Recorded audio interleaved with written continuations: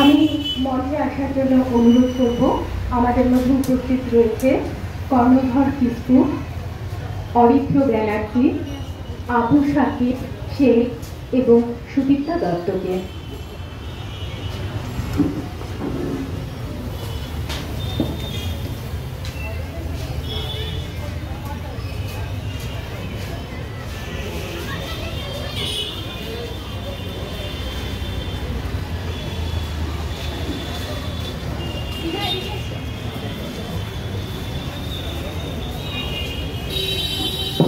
নমস্কার। আবু সাকিব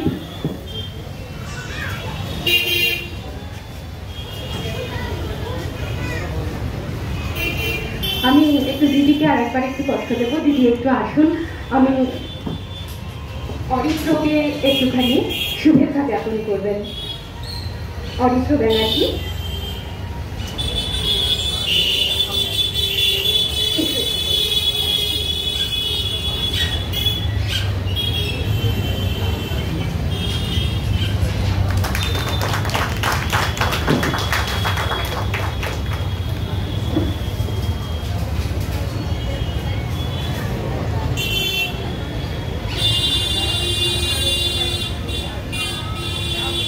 ধন্যবাদ জানাচ্ছি দিদিকে এবং অরিত্রকে। আমি দীপঙ্কর দাকে একটুখানি অনুরোধ করব সুদীপ্তাকে বরণ করে নেওয়ার জন্য।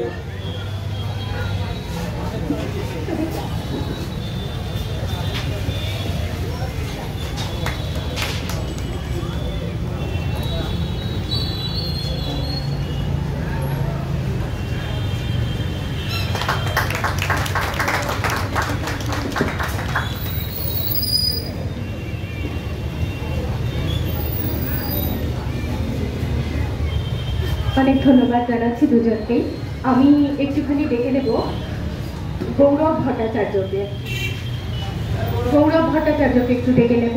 আমাদের মধ্যে উপস্থিত রয়েছেন আবু সাকিব, ওকে সম্মাননা জানানোর জন্য।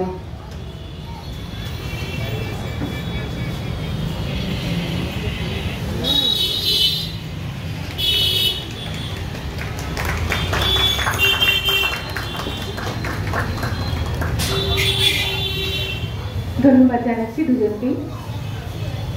আমাদের মধ্যে উপস্থিত রয়েছে মৈনাক। আমি মৈনাককে একটু অনুরোধ করব কর্ণকে শুভেচ্ছা জানানোর জন্য।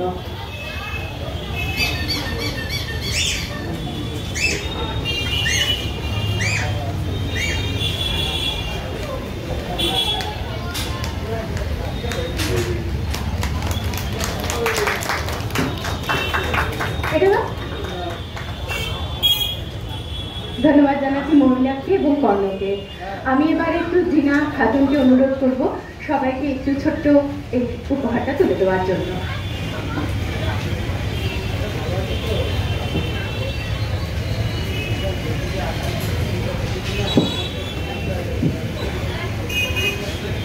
ধন্যবাদ জানাচ্ছি জিনাকে। আমরা আমাদের মূল পর্বে চলে এসেছি। হিসেবে আমি কর্ণধর কিস্কুকে অনুরোধ করছি।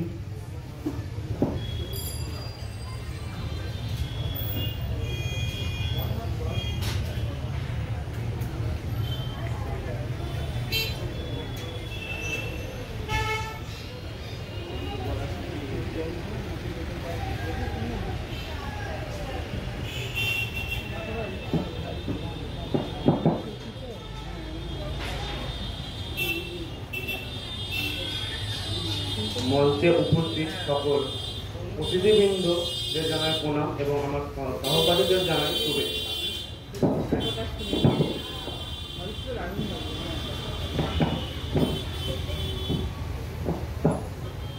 এবং ম্যামকে জানাই অসংখ্য ধন্যবাদ, যিনি আমাকে এই একটি মঞ্চে কিছু বলবার সুযোগ করে দিয়েছেন। আমার বেশি কোনো বক্তব্য নেই, আমি বলবো ওয়াকফ সম্বন্ধে। ওয়াকফ সম্বন্ধে একটি নিরপেক্ষ বক্তব্য রাখি। শেষ গত দেড় দুই মাস যাবৎ আমরা মুর্শিদাবাদের বিভিন্ন অঞ্চলে অপ্রীতিকর সাম্প্রদায়িক পরিস্থিতির সম্মুখীন হয়েছে, যা রেশ এখনো কাটেনি। এই অস্থিরতার মূলে রয়েছে ওয়াকফ আইন ও তার সংশোধন। একজন নিরপেক্ষ নাগরিক হিসাবে আনন্দজ্ঞান এবং মূলত কাণ্ডজ্ঞান নিয়ে প্রসঙ্গে কিছু কথা বলব। অনেক সতর্কতা সত্য হয়তো বলা বা আমার বোঝা কিছু ভুল ত্রুটি প্রকাশ পাবে, তাই প্রথমে সেই ভুল ত্রুটি সংশোধন করার অনুরোধ রাখছি। পবিত্র ধর্মীয় ও দাতব্য হিসেবে ইসলাম ধর্মের উদ্দেশ্যে স্থাবর ও স্থাবর সম্পত্তির স্থায়ী উৎসর্গীকরণকে আমরা ওয়াকফ বলছি। বিষয়টি যথেষ্ট তাৎপর্যপূর্ণ, যদি আদর্শগুলোর দিক থেকে দেখা যায় বিষয়টি, তাহলে নিঃসন্দেহে বিষয়টি জনকল্যাণকর। কোথাও একটা সমাজতান্ত্রিকতার আভাস রয়েছে, কিন্তু দুঃখের বিষয় হচ্ছে আমাদের এই গণতন্ত্রের রাষ্ট্রে সমাজতন্ত্র প্রতিষ্ঠা করা যায় না। সমাজতন্ত্র প্রতিষ্ঠা করতে গেলে আমাদেরকে নানান নীতি, নৈতিকতা এবং নানান সম্মতির সম্মুখীন হতে হয়। আমরা সাধারণ মানুষ খুব স্বভাবতই খুব হুজুগে। ইদানিংকালে রাজনীতি ও ধর্ম সাধারণ মানুষের এই হুজুগে ব্যবহার করছে। এর জন্য দায়ী আমরাই। না বুঝি সর্বকামী রাজনীতি, না নিজের ধর্মকে জেনেছি সঠিকভাবে। দু ক্ষেত্রেই পরের মুখের ঝাল আমরা খাই। নেতা নেত্রীর মুখে স্তুতি বাক্যই আমাদের রাজনৈতিক বোধের পূর্বাভাস। ইমাম, কাজী, মৌলভী, পুরোহিত, বাবাজি, পাদ্রী সাহেবরাই আমাদের সামনে যেন জীবন্ত ধর্ম। এদের দাপটে ধর্ম এখন জড়াগ্রস্ত। আমরা চেষ্টা করি না ধর্মের আদর্শকে বোঝা। এই কারণেই আমাদের এই দুরবস্থা। পরের হাতের প্রতি শুধু তাই নয়, সব ধর্ম সম্পর্কে ন্যূনতম জ্ঞানটুকু আমরা রাখি না। আমাদের প্রতিবেশীদের ধর্ম, প্রতিবেশী কোন ধর্মান্বিত সেটা আমরা চেষ্টা করি না, তার ধর্মের যে তার কালচার কি।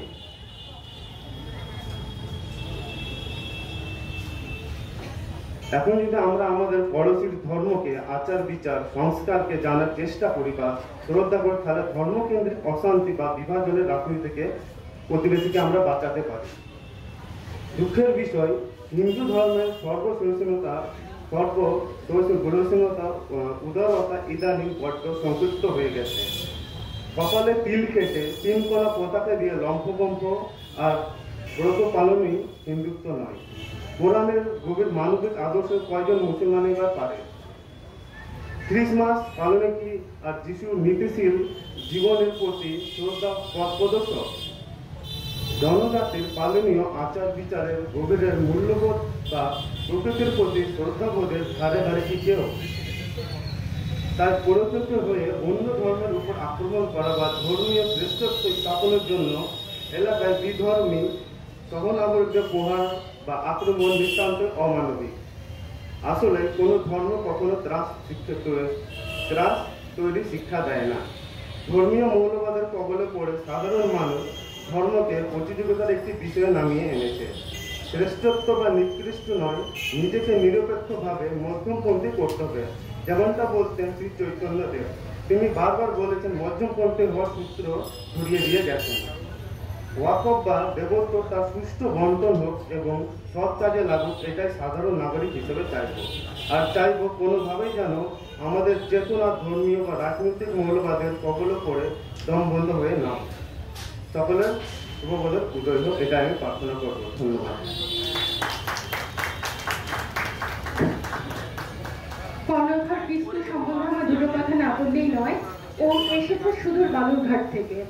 বালুরঘাটের যে আঞ্চলিক টান রয়েছে সেটা ওর কথার মধ্যে আমরা পেলাম, বুঝতে পারলাম। তার জন্য হয়তো কিছু কিছু ভাষা শুনতে একটু স্বাভাবিকের থেকে একটু অন্যরকম লাগতে পারে, কিন্তু ওর যে এই আবেগ, এই রকম একটা সভায় কিছু বলার ইচ্ছা, এটাকে সাধুবাদ না জানিয়ে পারা যাচ্ছে না। অত্যন্ত প্রাসঙ্গিক একটি কথা বলেছে ও, যে ওয়াকফকে কেন্দ্র করে আমাদের মধ্যে যে বিভাজনটা তৈরি হয়েছে। আমরা অনেকে জানি না, এখানে অনেক মুসলিম আছে যারা জানি না যে ওয়াকফ বিষয়টা কি। আমাদের মধ্যে প্রচন্ড কৌতূহল প্রবণতা রয়েছে, আমরা প্রতিবেশীর হাড়ির খবর রাখবো, কিন্তু বিধর্মী সহনাগরিকের ধর্মের প্রতি আমাদের একটু অনুরাগ তো দূরের কথা, আগ্রহ নেই। যদি থাকতো, হাড়ির খবরের মধ্যেই কিন্তু আমরা নিজেদেরকে আবদ্ধ করে রাখতে পারতাম না।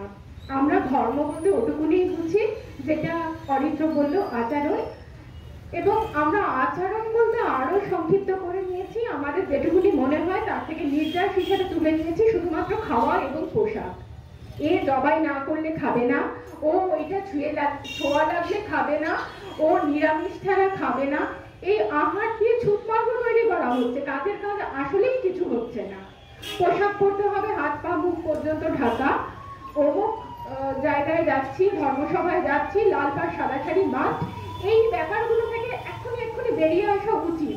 এগুলো আমাদের মধ্যে প্রচন্ড মাত্রায় সংকীর্ণতা বোধকে উস্কানি দিচ্ছে। এই জায়গাগুলো যতক্ষণ আমরা কন্ট্রোলে না আনতে পারছি ততক্ষণ কিন্তু জীবন আমাদের নিয়ন্ত্রণে থাকবে না, আমরা কিন্তু পরাধীন হয়ে যাব।